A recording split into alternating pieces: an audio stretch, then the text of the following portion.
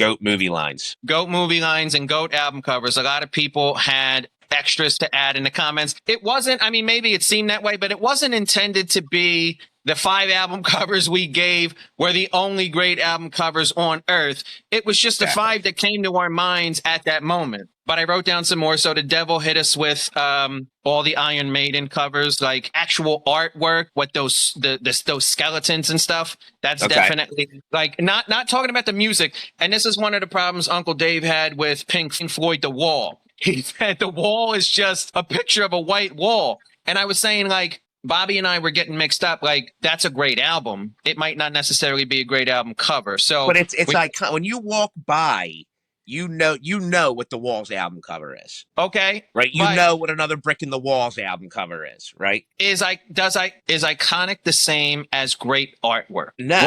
What are we actually saying? Are we saying it's recognizable, or are we saying it's great art? I mean, I guess I don't know. I mean, I think it's a difficult distinction, but I hear what you're saying. So, like, for example, Thriller is probably one of the most iconic, album covers, but it's not great art. It's just a picture of Michael Jackson, like, you know what I'm saying? But it's an iconic album. All right, so we have to make that distinction, but I think it's all up for grabs. Never mind. Like you brought up last time, never mind. That's not. I mean, I guess it's art, right? It is a medium. It's photography, but.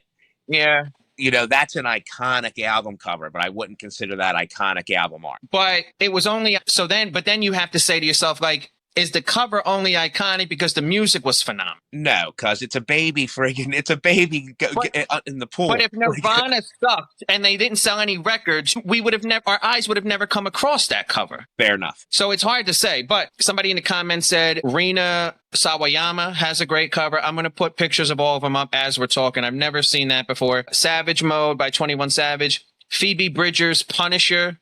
Allegedly, somebody said that's a great cover. Okay. The Melodic Blue. We forgot this one, Sgt. Pepper. That's a classic cover.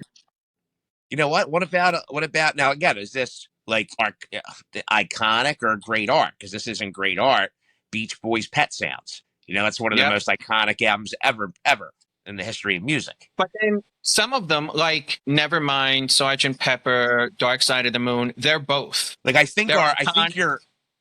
And they're great covers, but it's also great music. I think what we're better off doing is possibly most iconic albums in each genre. So hold on, let me finish these covers because a lot of people, I compiled a list.